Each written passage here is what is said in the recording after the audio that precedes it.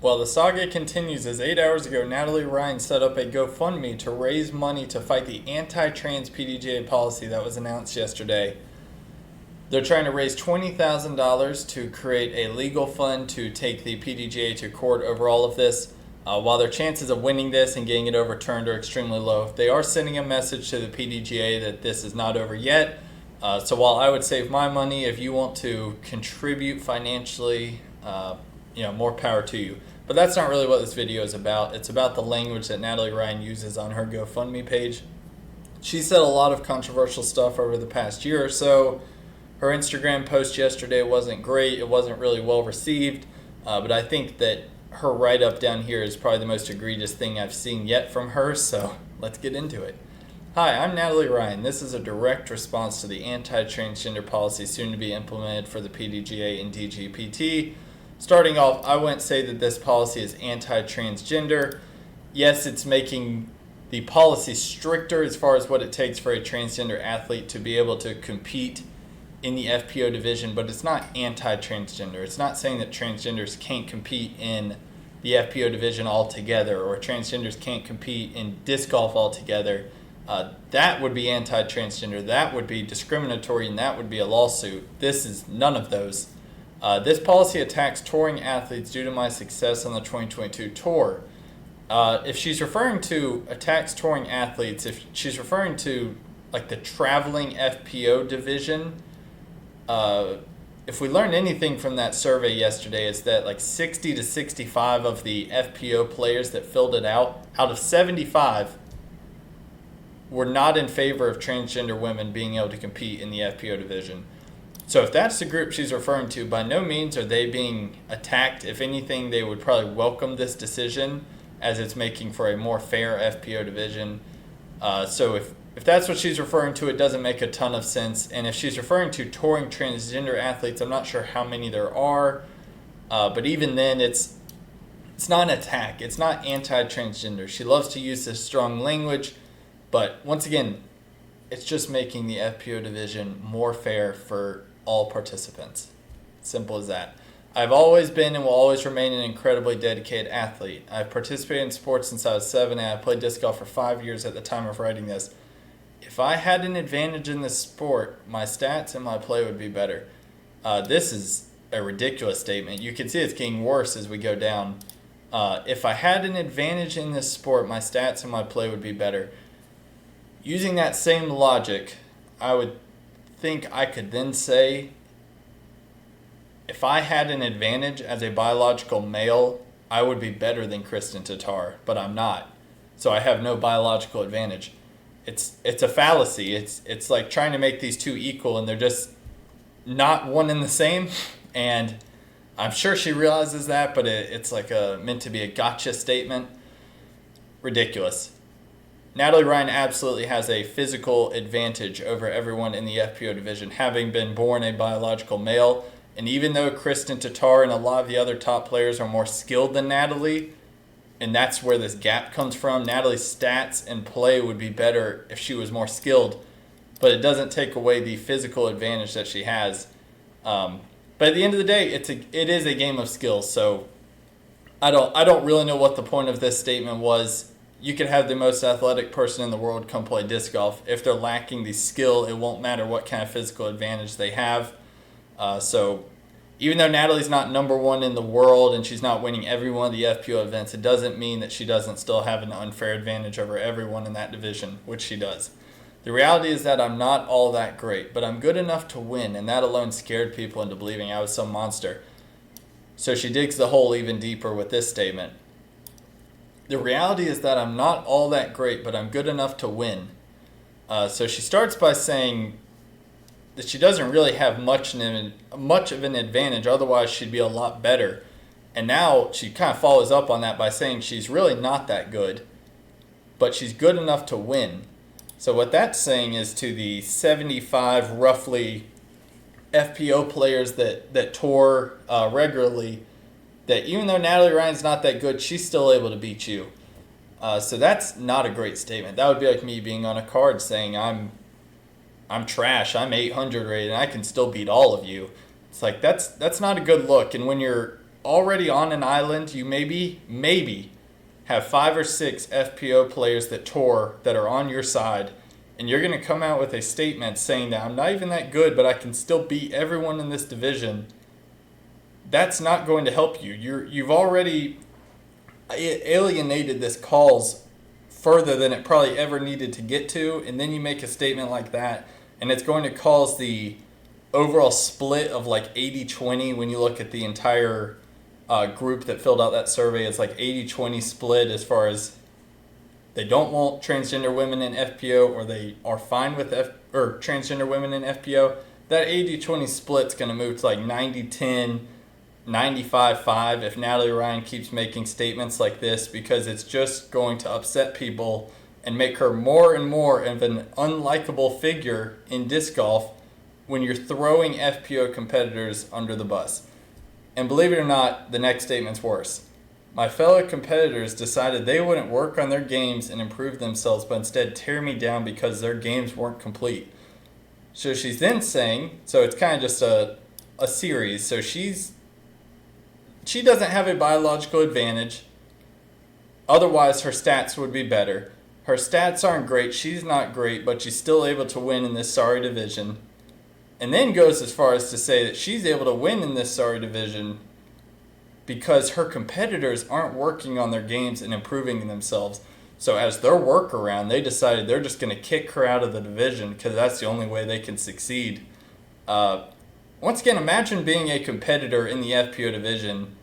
I'm sure a lot of them, if not the vast majority, already don't like Natalie or her stance, but the few that are still with her, reading something like this, knowing how hard FPO competitors work on their games during the year, during the off season, I mean, it is their job, and to hear that you're not working that hard, it's just, very, very distasteful, a very bad look for Natalie, as if she doesn't already have enough going in that category.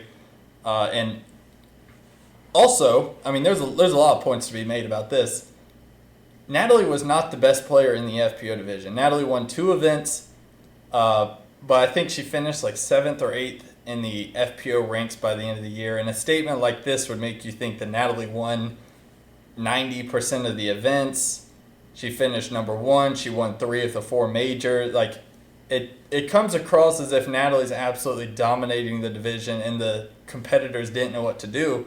But in reality, Kristen was the one running laps around this division.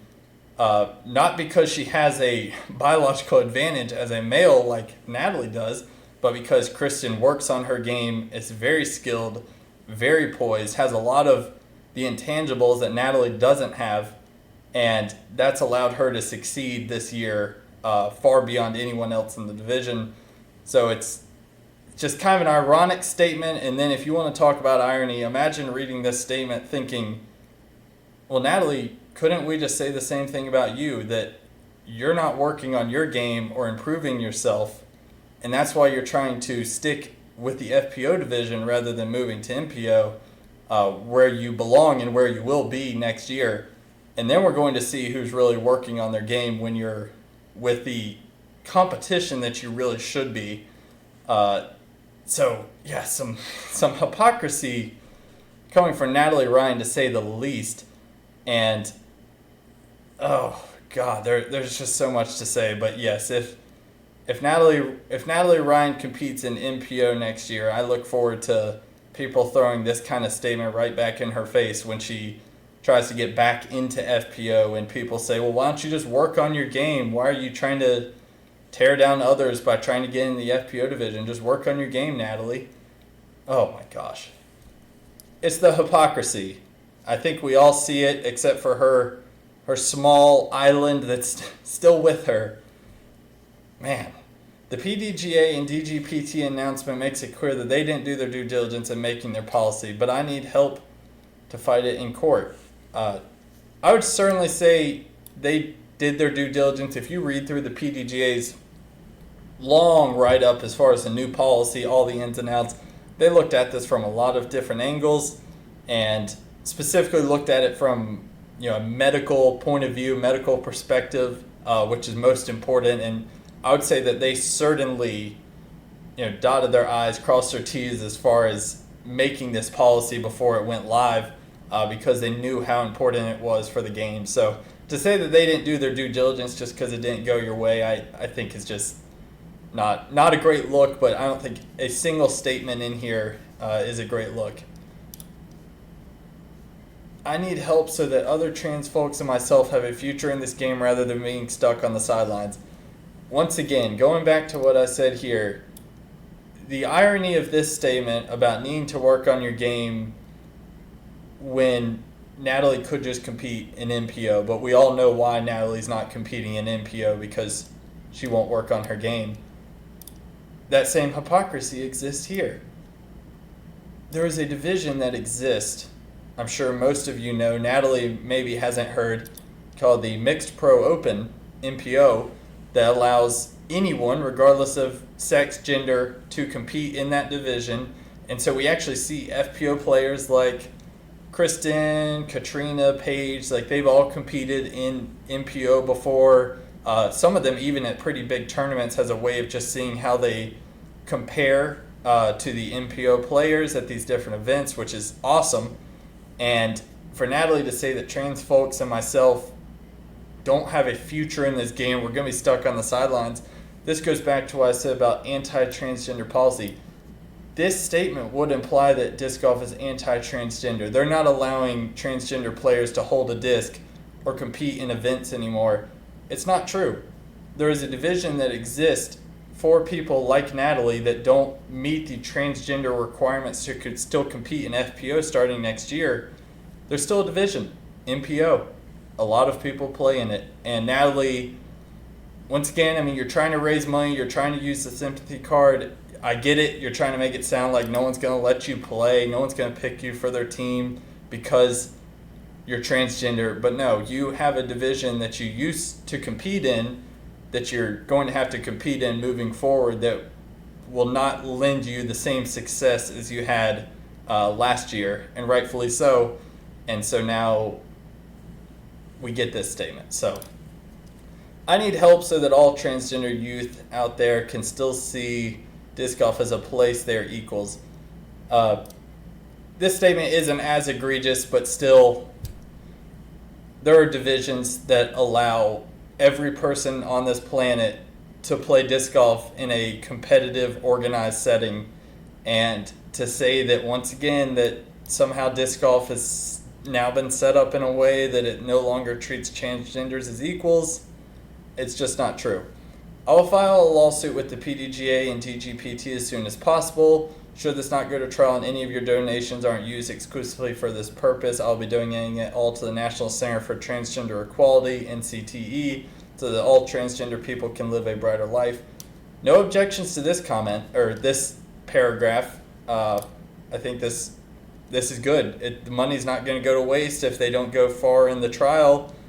So if you want to donate it to a nonprofit, I'm all for that. So this is fine. The statement up to here is fine. But for the rest of this, I just feel like Natalie Ryan, a lot of what she says is delusional is a strong word, but it's certainly riddled with hypocrisy, a lot of the stuff she says. And I just don't think she quite realizes that she needs to be approaching this. Not that I think it's going to change anything, but if you approach this in a way that you might get some sympathy from people who are still on the fence, that would probably be your best choice. But to continue to dig deeper and deeper in this hole, as more and more people are moving to the other side, which that survey did not lie, we saw what's happening, to come out with this and just throw really the entire FPO competing division under the bus, that's not going to help your cause. A lot of us follow the FPO. A lot of us like players in the FPO division, and this is just not a good look. So that's all I got. This is meant to be like a 5-minute video, and I got worked up. So thank you everyone for watching. Let me know your thoughts down below on all of this, and the way things are going, I'll probably be on here tomorrow. See ya.